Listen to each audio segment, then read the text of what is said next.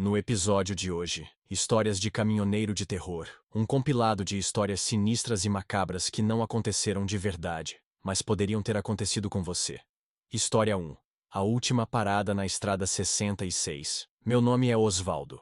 Sou caminhoneiro há 23 anos, desde o tempo em que celular era luxo e se guiar pelas estrelas ainda fazia sentido. Conheço cada curva da BR-101, cada posto da Transamazônica, cada silêncio da noite rodando pelo interior do país. Mas tem um trecho, tem uma estrada, que eu evito até hoje. E se você for esperto, vai evitar também. Era uma terça-feira qualquer de outubro. Peguei uma carga leve de eletrodomésticos saindo de Feira de Santana, com destino a São José do Rio Preto. A rota era tranquila, mas o GPS, teimoso, me jogou por uma estrada secundária pouco conhecida, a Estrada 66. Dizia ser um atalho. Nunca confie em atalhos. A noite caiu pesada, como um cobertor de chumbo. A lua parecia um olho cego no céu, apenas me observando sem dizer nada. E a estrada? Bom, a estrada parecia respirar. A cada quilômetro, as faixas no asfalto pareciam mais apagadas. As árvores se fechavam, como se a floresta estivesse tentando engolir o caminho. O rádio chiava, e nem mesmo o som do motor quebrava aquele silêncio grosso, o tipo de silêncio que parece ter dentes. Foi então que vi um homem parado no acostamento. Usava um paletó cinza, chapéu e segurava uma maleta. Nada muito estranho se não fosse por um detalhe. Ele acenava para trás de mim. Olhei pelo retrovisor. Não havia ninguém. Acelerei. 50 metros depois, outro homem. Mesmo paletó. Mesma maleta. Mesmo aceno. Para trás de mim. O suor escorreu pelas costas. Meu corpo reagia antes da mente entender. Aumentei a velocidade. 100 por hora. 120. O caminhão rugia como uma besta sendo espancada. E mesmo assim, lá estava ele. De novo. Parado no acostamento. Acenando. Era como se o tempo tivesse enganchado, preso numa repetição doentia. Um loop. Comecei a gritar sozinho na cabine. Xingava o GPS, o frete, o mundo. Mas o mundo não respondia. Até que o farol iluminou algo à frente. Algo errado. Era um posto de gasolina abandonado. As bombas estavam corroídas, o letreiro despencando. Mas o pior era o letreiro eletrônico piscando, ainda ligado, com uma única palavra. Entre.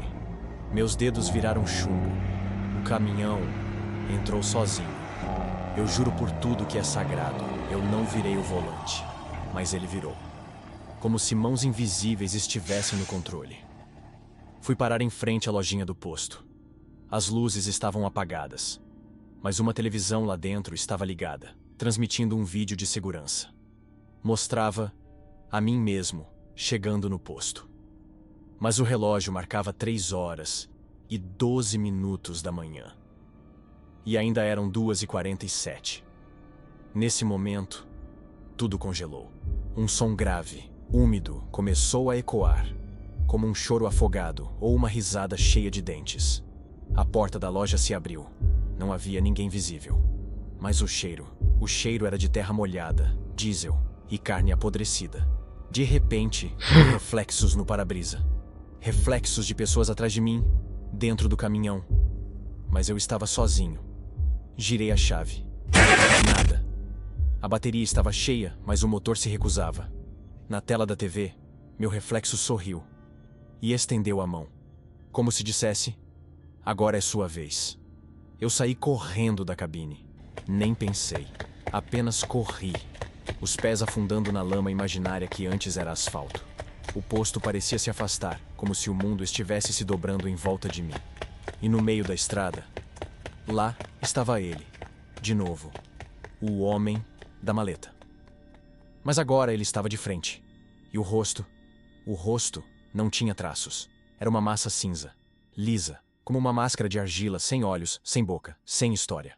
Ele abriu a maleta. E lá dentro havia um volante. O mesmo volante do meu caminhão. E eu entendi. Aquilo não era um homem. Era um recrutador. A estrada Era um cemitério de motoristas. E agora era minha vez de fazer parte dela. Acordei horas depois, deitado na sarjeta. O sol nascendo, os pássaros cantando. Meu caminhão estava ao lado, desligado, mas o tanque cheio, a carga intacta. Tudo parecia um sonho, exceto por um detalhe. A chave não funcionava mais. E sobre o painel, havia um paletó cinza, dobrado cuidadosamente, com uma pequena etiqueta costurada por dentro. Bem-vindo à equipe. No episódio de hoje, a carona que ele nunca deveria ter aceitado. Essa história não aconteceu de verdade, mas poderia ter acontecido com você. Meu nome é Renato, e sou caminhoneiro há mais de 20 anos. Já cruzei o Brasil de ponta a ponta. A estrada é minha casa, meu trabalho e, de certa forma, meu castigo. Isso aconteceu em 2014, na BR-232, entre Arco Verde e Serra Talhada, no sertão de Pernambuco.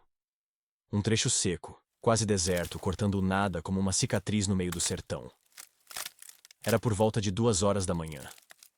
Eu estava vindo de Recife levando uma carga de eletrodomésticos. A rádio chiava. O farol iluminava só uns metros à frente. E apesar de tudo parecer normal, alguma coisa naquela noite estava errada. Era como se a estrada estivesse esperando por mim. Uns 20 quilômetros depois de Arco Verde, vi um homem parado no acostamento. Devia ter uns 40 anos, vestindo um paletó velho, chapéu de feltro e segurando uma pasta de couro. Pensei que fosse algum vendedor ou talvez alguém com o carro quebrado por perto, mesmo sem nenhum veículo à vista. Diminui a velocidade, abri o vidro e perguntei: "Tá tudo certo, amigo?" Ele apenas respondeu com a voz baixa: "Preciso ir até Serra Talhada. É urgente." Não sou de dar carona, ainda mais de madrugada. Mas tinha algo no olhar dele. Um tipo de desespero contido. Contra meu instinto, destravei a porta e deixei o cara subir. O silêncio dentro da cabine era quase sufocante. Eu tentava puxar conversa. "Trabalho com o quê?" "Com papelada." "Tá indo resolver o quê lá em Serra?" "Meu próprio enterro." Eu ri, meio sem graça. Achei que fosse uma piada seca, humor de sertanejo. Mas ele nem se mexeu. Só ficou encarando a estrada, com os olhos fixos no nada. 15 minutos depois, ele tirou do bolso um envelope amassado e me entregou. "Quando chegar, abre isso." "Que é isso, rapaz?" "Só abre depois. E por favor, não olha pra trás até lá." O clima ficou pesado. Dei uma olhada de canto de olho e juro por tudo que é mais sagrado. Ele não tinha sombra. O banco onde ele sentava parecia vazio demais, como se a luz passasse direto por ele. Dei um tapa no meu rosto. Achei que era sono. Mas o frio que percorreu minha espinha era real. Quando avistei as luzes fracas de Serra Talhada, me virei, ignorando o aviso. E o banco estava vazio. Parei o caminhão no acostamento com o coração disparado. Desci. Abri a porta do passageiro. Nada. Nenhum sinal dele. Nem marca de sapato. Nada. Me lembrei do envelope. Minhas mãos tremiam ao abrir. Lá dentro tinha uma cópia de um atestado de óbito. Nome: Renato da Silva Gomes. Profissão: caminhoneiro. Causa da morte: colisão frontal na BR-232.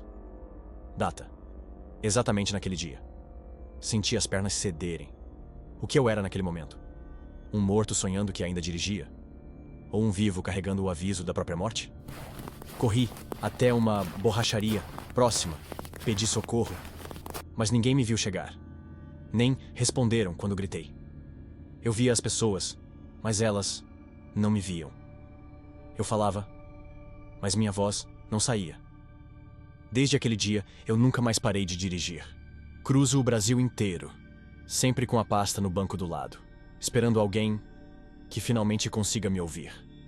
História 3. O Homem do Capuz no Marco 234. Era por volta das 2h40 da manhã quando Osmar, caminhoneiro veterano, cruzava a BR-116, cortando o sertão como uma faca no couro. Na boleia, só o som do motor e a respiração dele. Pesada, como se puxasse ar de dentro de um poço escuro. Ele já tinha feito aquele trecho centenas de vezes. Mas naquela noite, algo no ar parecia denso demais. Como se a estrada respirasse com ele. Como se o asfalto, ainda morno do sol do dia, estivesse sussurrando.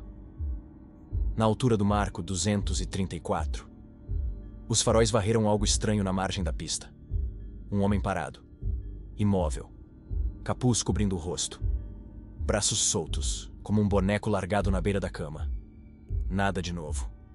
Podia ser só um andarilho. Mas Osmar sentiu um arrepio que desceu da nuca até o cóccix.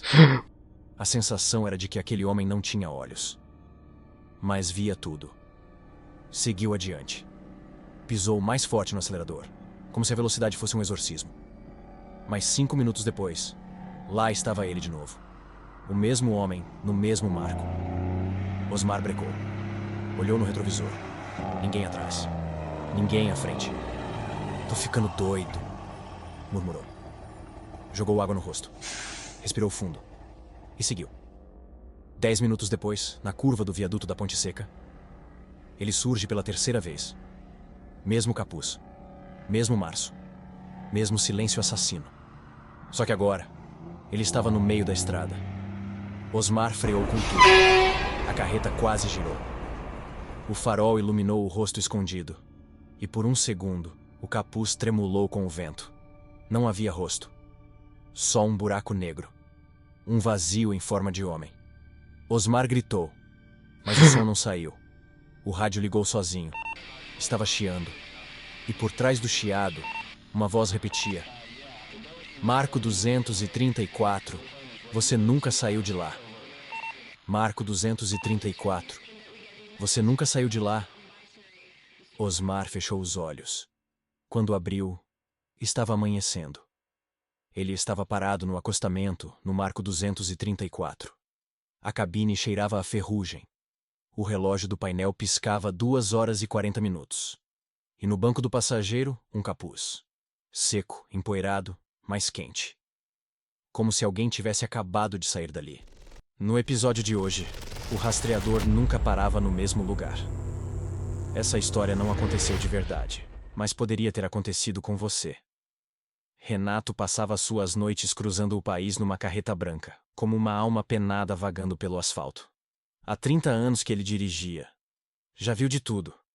Neblina cerrada, bicho na pista, até assombração de beira de estrada. Mas o que aconteceu naquele frete, em junho, foi diferente. Tudo começou com um chamado urgente. Um carregamento de peças mecânicas precisava sair de Belo Horizonte e chegar até Manaus. Um trecho longo, insano, quase 4.000 quilômetros. Pagamento gordo, mas exigiam urgência. Renato topou. Antes de partir, o gerente da transportadora disse: Ah, mais uma coisa, seu Renato. Esse caminhão já tá com rastreador embutido. Tudo novo, instalado ontem. Renato não ligou. Caminhoneiro experiente, já estava acostumado com rastreadores. Mas havia algo estranho ali. O gerente parecia desconfortável, como se deixasse algo de fora. A viagem começou normal. BR-040, depois BR-364. Muito trecho de mata fechada, pista isolada, cidade pequena com posto vazio. E o tal rastreador, toda noite, apitava sozinho no painel, por volta das 2h47 da manhã. Apitava. E o caminhão, estranhamente, perdia potência por alguns segundos. Renato pensava que fosse falha do sistema. Mas na terceira noite, resolveu abrir o aplicativo da transportadora para checar a rota em tempo real. E foi aí que ele viu o ponto azul que representava o caminhão. Não estava onde ele realmente estava. Ele estava na BR-319, próximo a Humaitá. Mas o rastreador mostrava o caminhão parado numa estrada rural em Goiás. Ele até achou que tinha aberto o app errado. Reiniciou. Conferiu placa. Tudo certo. Só que o ponto azul continuava em outro lugar. Na noite seguinte, mesma coisa. Ele seguia a viagem. Mas o rastreador mostrava o caminhão estacionado no meio de um campo, no Mato Grosso do Sul. Sempre à noite. Sempre entre 2h30 e 3 horas. Renato começou a desconfiar que estavam tentando sabotar a viagem. Instalado um clone, talvez? Rastreador pirata? Hackeado? Mas por quê? Na quinta noite, ele resolveu parar o caminhão. Estava perto de uma cidadezinha no Amazonas, chamada Manacapuru. Parou no acostamento e ficou olhando o app. Eram 2h40. O ponto azul estava se mexendo. Mas não na direção dele. Estava andando. Dentro de uma fazenda abandonada, no Pará. Mostrava o caminhão dele entrando por uma estradinha de terra, rodeada de mata. Renato ficou gelado. Era como se outro caminhão estivesse sendo rastreado. Um idêntico ao dele. Seria um fantasma? Na noite seguinte, o caminhão do mapa entrou numa vila desativada. Casinhas de madeira, umas poucas luzes. E lá pelas 2h59, parou. E quando parou, o rádio do Renato ligou sozinho. Chiado. Depois uma voz. Você está atrasado? Renato freou. A estrada estava deserta. Não havia viva alma por perto. Desligou o rádio. Desligou tudo. Mas o caminhão não desligava. Tentou girar a chave. Nada. A cabine começou a esquentar. O ar-condicionado cuspia ar quente. E um cheiro de terra molhada começou a se espalhar. No banco do passageiro, um vulto. Como se alguém estivesse sentado ali, mas coberto por sombra espessa. Renato virou lentamente. E a voz voltou. Agora mais próxima. Mais humana. Quase sussurrando. Você não devia ter aceitado esse frete. Renato saltou do caminhão. Correu até o mato. Ficou ali, até o sol nascer. Quando voltou, o caminhão estava vazio. Funcionando normalmente. Como se nada tivesse acontecido. Ele terminou a viagem, mas foi a última. Semanas depois, ao conversar com outro caminhoneiro, descobriu que aquele caminhão havia sido encomendado para um motorista que nunca chegou a completar a primeira viagem. O rapaz capotou na BR-070. Morreram ele e o rastreador. Dizem que até hoje o sinal dele aparece, vagueando por estradas em que nunca passou. Renato, até hoje, guarda o print de um rastreamento. A data é 15 de junho. O caminhão aparece, estacionado no mesmo trecho de terra onde o outro morreu. O caminhão físico está aposentado, mas o ponto azul continua se movendo sozinho, toda madrugada, entre 2h30 e 3 horas. História 5. O homem à beira da estrada. Ele era caminhoneiro há quase 30 anos. Conhecia cada curva, cada buraco, cada sombra projetada pelas árvores deformadas ao longo da BR-163. Mas naquela noite, a estrada parecia diferente. A chuva fina caía, como um véu frio e insistente, embaçando o vidro e embaralhando as luzes dos postes, que piscavam como olhos cansados, tentando se manter abertos. E foi então que ele viu. À beira da estrada, parado, um homem. Não acenava, não fazia sinal. Estava simplesmente ali, imóvel, como uma estátua esquecida, envolta na névoa, vestindo um casaco escuro que parecia absorver a própria luz. O caminhoneiro diminuiu a velocidade. O instinto dizia para seguir em frente, mas alguma coisa, um fio invisível, talvez, puxava o volante, inclinando o caminhão suavemente para o acostamento. Ele abriu a janela. "Tá tudo bem, amigo?" perguntou, a voz engolida pela chuva. O homem virou lentamente a cabeça. Os olhos eram duas órbitas fundas, tão escuras quanto a própria noite. "Você pode me levar?" perguntou com uma voz que mais parecia o vento assobiando entre as frestas do caminhão. O caminhoneiro hesitou, mas talvez pela solidão, ou talvez por aquele mesmo fio invisível, destravou a porta. O homem subiu, sentou no banco do carona sem dizer mais nada. O cheiro que o acompanhava era estranho. Uma mistura de terra molhada com ferrugem. E alguma coisa mais, difícil de identificar, mas incômoda, como sangue seco esquecido num porão. Eles seguiram viagem em silêncio. O caminhoneiro tentava puxar conversa, mas o homem só respondia com monossílabos. Os minutos passaram, e o relógio digital no painel parecia travado, como se o tempo tivesse esquecido de existir naquela estrada encharcada.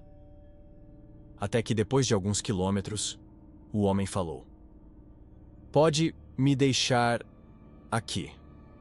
Sem questionar, o caminhoneiro encostou no acostamento. O homem desceu sem agradecer, sem olhar para trás, e desapareceu na neblina como se fosse parte dela. Confuso, o caminhoneiro seguiu viagem. E foi então que olhou pelo retrovisor. O banco do carona estava seco, impecavelmente seco. Não havia marcas, nem pegadas, nem sequer um rastro de umidade, mesmo com a chuva que encharcava o asfalto. O caminhoneiro gelou. Sentiu o sangue se esvair das extremidades, enquanto a mão apertava o volante com força. Acelerou. Horas depois, ao parar num posto para abastecer e tentar entender o que havia acontecido, contou a história ao frentista, ainda pálido. O homem sorriu de canto e respondeu: "Esse trecho? Ah, já ouviram falar de um caminhoneiro que morreu aí, anos atrás, atropelado quando tentava pegar carona numa noite de chuva. Igualzinha a essa." O caminhoneiro não respondeu. Nem precisou. Olhou para o banco do carona, respirou fundo e, pela primeira vez em anos, sentiu medo de verdade. Essa história não aconteceu de verdade, mas poderia ter acontecido com você. Eu sou o Victor, e esse é o Durma Se Você For Capaz. E se você quiser continuar ouvindo histórias como essa, clica no vídeo que está aparecendo aqui na tela.